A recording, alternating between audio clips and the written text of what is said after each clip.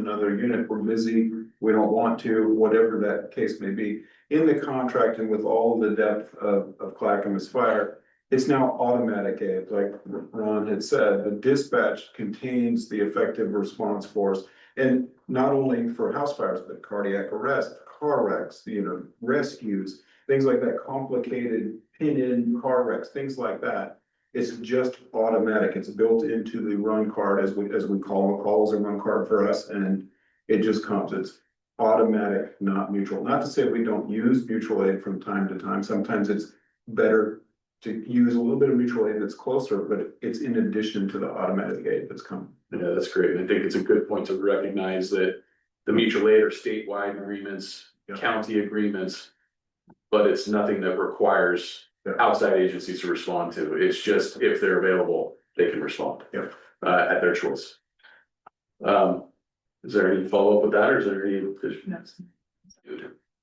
I know you touched on this a little bit, but can you respond to why now and not when the contract expires? Yes, yeah. I really think that there's a diverse opinion that's in the room of why now, but as your fire chief, I want to tell you what my why now is.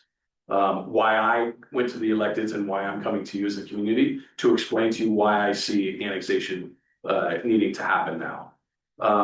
One in 5 calls, so 20% of the calls, and as Steve said at the beginning of the presentation, last month was 33% of the calls, has simultaneous calls within the community of Sandy.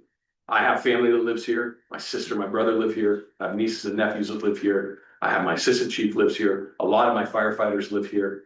And the community members of Sandy that I've sworn an oath to protect live here. And so when I see simultaneous calls going and knowing that time is our enemy, having that rescue go from 12 hours a day to 24 hours a day is paramount for us to be able to adequately serve you.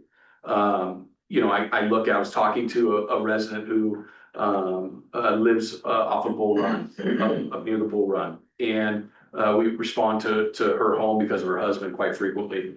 And at night after 7:30, if there's something that happens out there, that fire engine is going all the way out to there and it's leaving this whole entire area unprotected. Now, if we have a simultaneous call, then it's Eagle Creek, which we staffed is going to be able to get up here. But having that rescue be 24 hours a day is a game changer as far as quickness for cardiac arrests, difficulty breathing, heart attacks, anything along those lines. The second piece to this is the forecasted wildfire concern that I'm seeing. And like I stated earlier, the rescue is a type 6 brush truck. And a type 6 brush truck is that small pickup style brush truck that goes off road. They vary in the amount of gallons. Is this one 300 gallons? What's the gallons that's on it? It's a 400 gallon tank on it. And so coming into wildfire season, having that thing staffed is crucial. And moving forward in perpetuity, if what is forecasted from the state and the federal agency partners of what they're seeing, it's important for us to get that apparatus staffed to meet the needs of the community. I'm not here to sit there and tell people how to vote, but as your fire chief, I am here to tell you what I see, and then I trust that you're going to do the best thing for you and your family, and that's what I want you to do. I think we're good. Thank you for your. I just wanted to add on, you kind of mentioned it, but we get focused on the fires and those type of things, and the cardiac arrest, the sudden cardiac arrest is, just for being in the community, has seen unbelievable getting that rescue and engine, because you might expand on how many it takes for a cardiac arrest. Yeah, that's a good point. It makes a huge difference, because we used to go out with 3 people. And it's not very, it wasn't the best thing, having 3, you need like 6 or 6 plus. So, and that's a life. I mean, and I've seen with children and everything else already make some huge difference in the community. Well, I do think that you bring up a good point, and I try not to tell war stories in this situation, but I think it's important.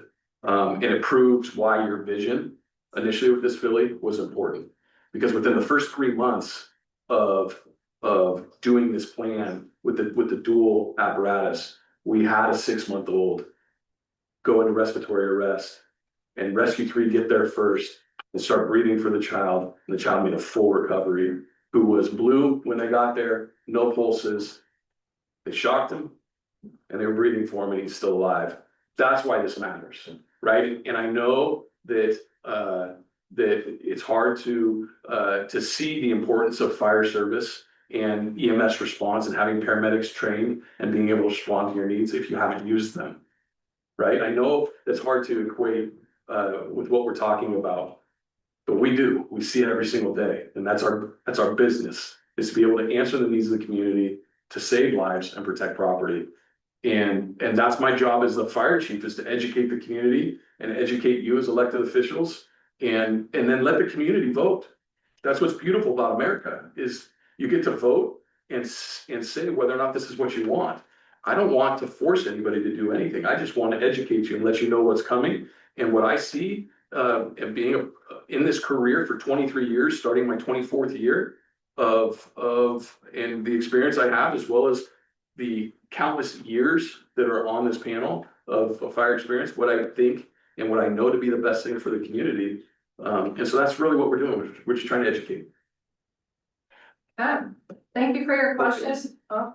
I just wanted to add something too. Sorry, I get a little bit passionate. I do apologize. I think I I think it's important to mention, should the annexation vote pass on May 19th, the additional firefighters take effect just 45 days later. So we never really talked about the time frame that on July 1st, the Sandy Community Fire Station will have those five firefighters 24 hours a day on the rescue and the engine. So it's quick. This is no delay. It's going to be later in the year or next year. It's 45 days later and the community is staffed better, just like that.